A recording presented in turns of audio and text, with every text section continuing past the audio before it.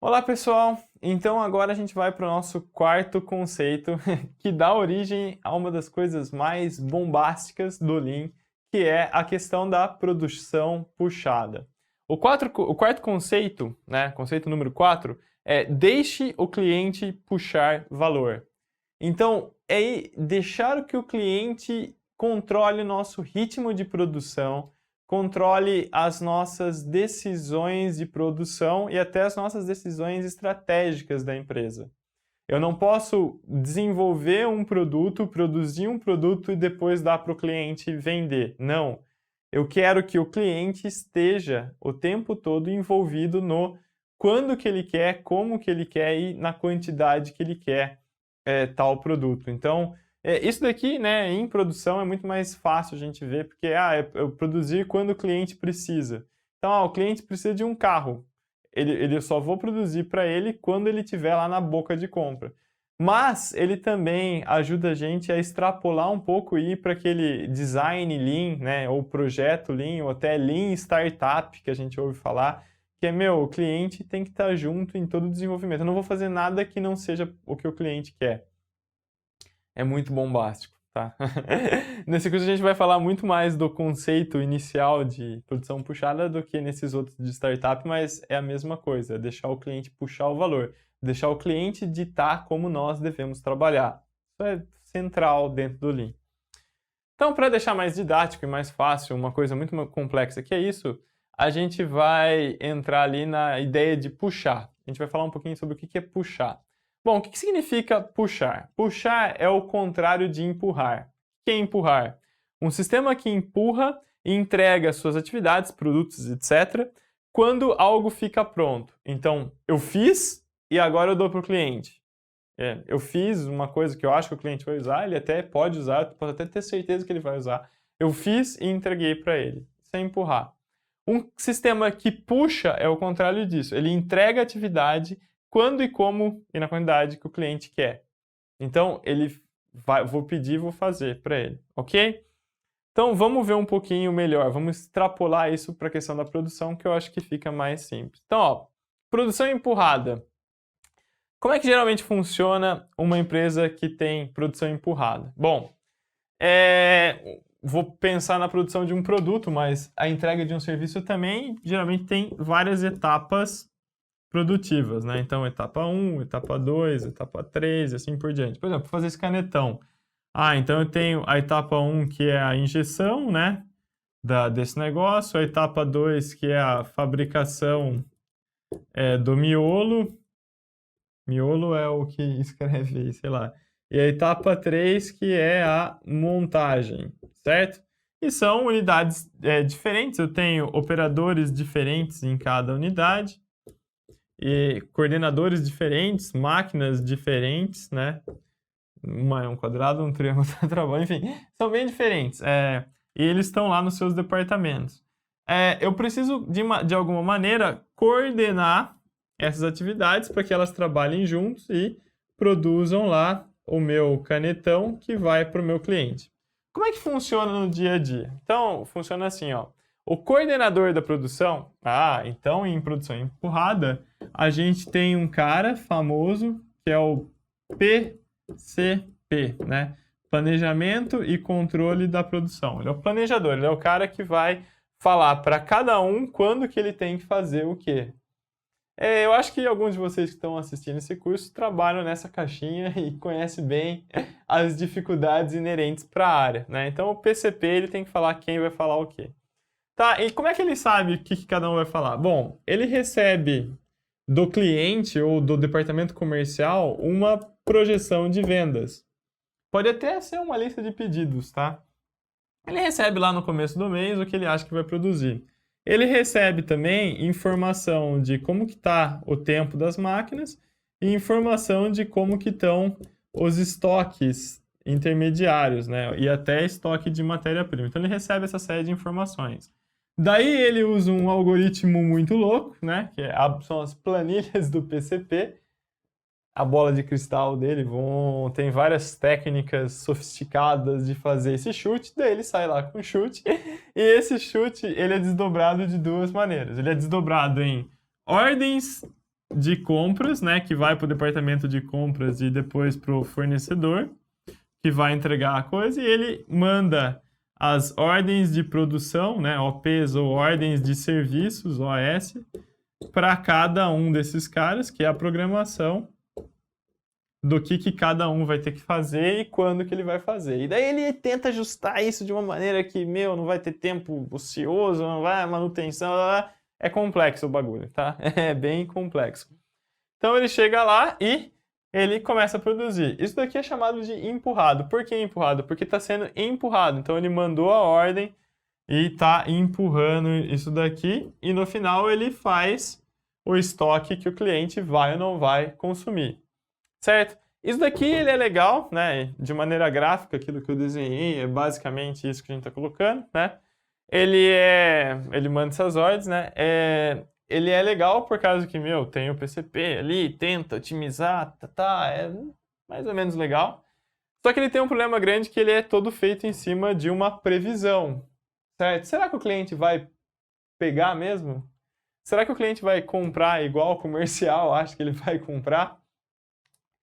Alguém já viu problema nisso? Né? Então, geralmente tem um grande problema. Isso estimula pra caramba a nossa superprodução. Então, eu saio com muito mais demanda do que o cliente quer. E também estimula estoque, porque eu produzi um pouquinho e guardei, eu produzi um pouquinho e guardei, eu produzi um pouquinho... Ele pode estar não sincronizado.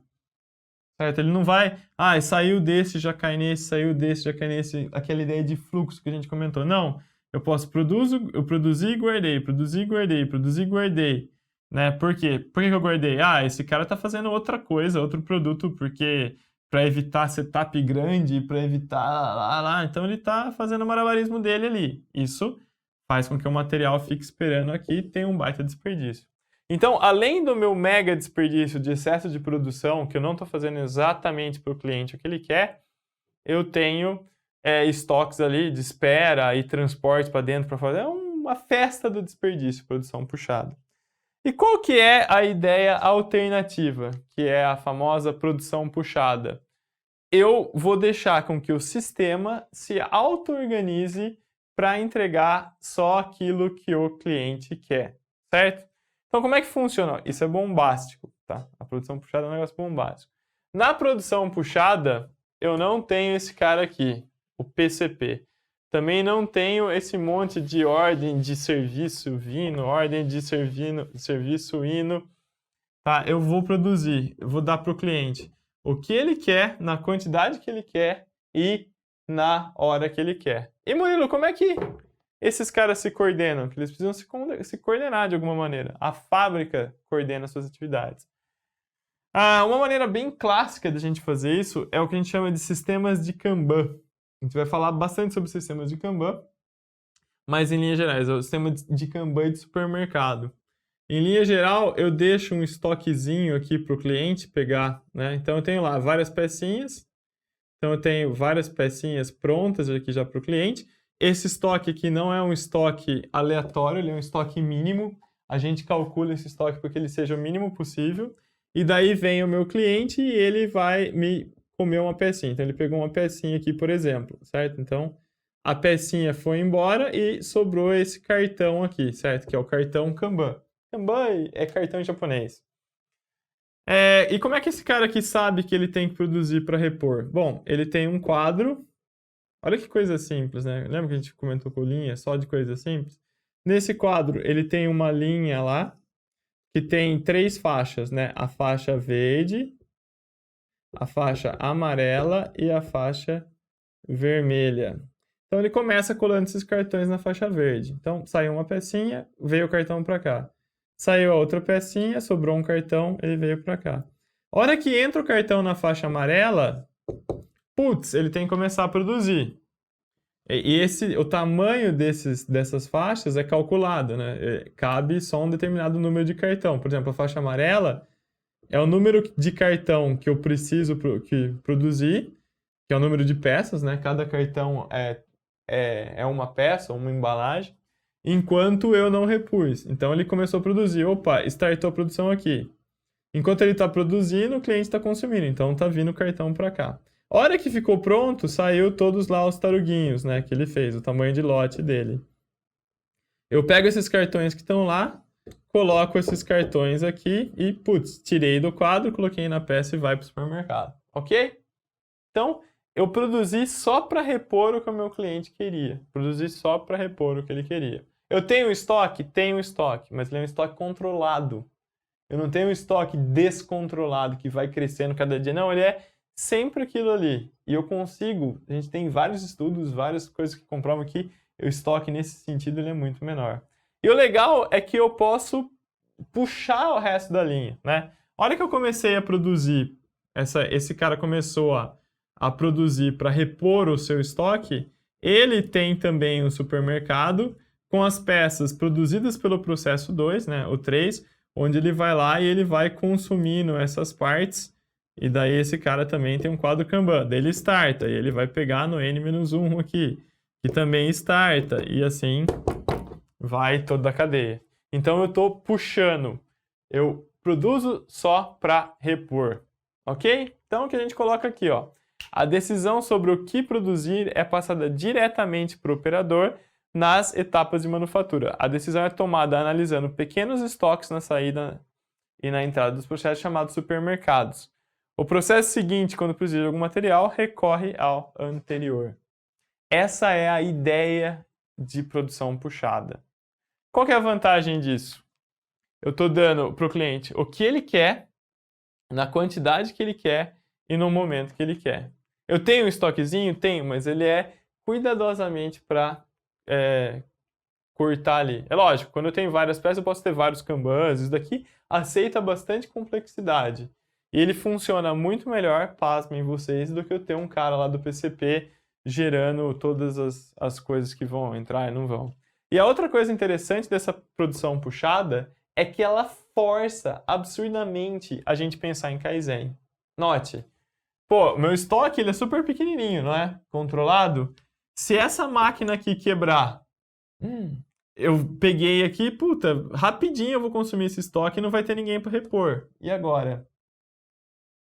Eu tenho que trabalhar a minha manutenção lá, o TPM, né?